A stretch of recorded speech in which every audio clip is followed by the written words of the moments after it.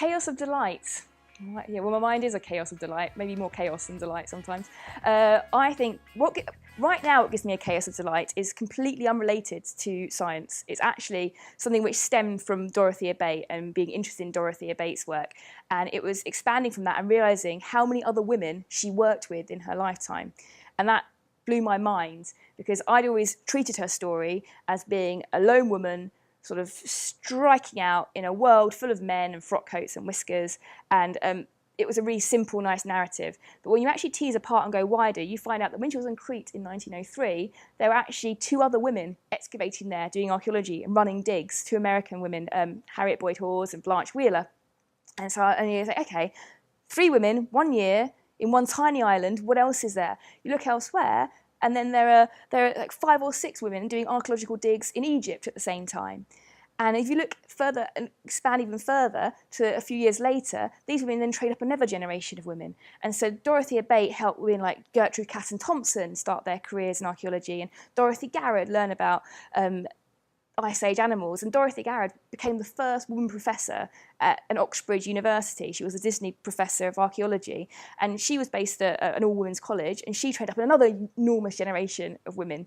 And it gets to the point where I think if I was dropped by a time machine in the Near East or the Middle East in the middle of the 1930s, you wouldn't be able to move for extraordinarily pioneering women archaeologists. And those stories are really, really, really, really they've kind of excited me and also angered me, because if you have the odd story of a woman scientist who did great work but then got forgotten, you can sort of explain and think, well, we can't remember everyone's names, right? And they were unusual, so it's annoying, but it's kind of understandable in the grand scheme of things.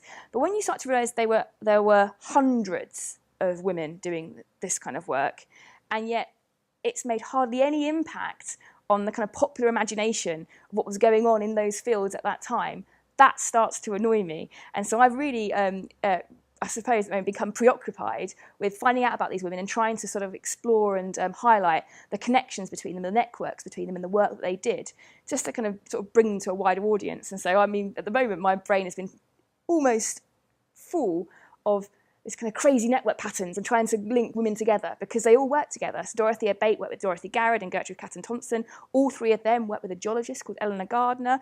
Gertrude Catton Thompson trained a woman called Veronica Seton Williams. Veronica Seton Williams worked with about 5 or 6 other women.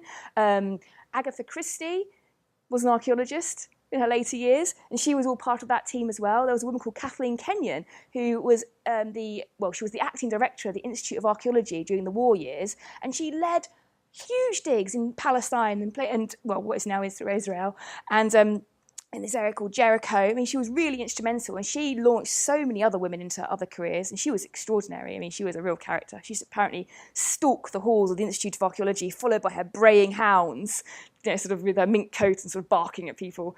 And it's just, it's unpicking these things. You realise that there's a whole layer of the history of my own field that isn't as prominent as I think it deserves to be. And so, I've been working on exploring that, and so, with 3 other women, we've got together and we're sort of blogging about it and doing things like that. We've called them Trowelblazers.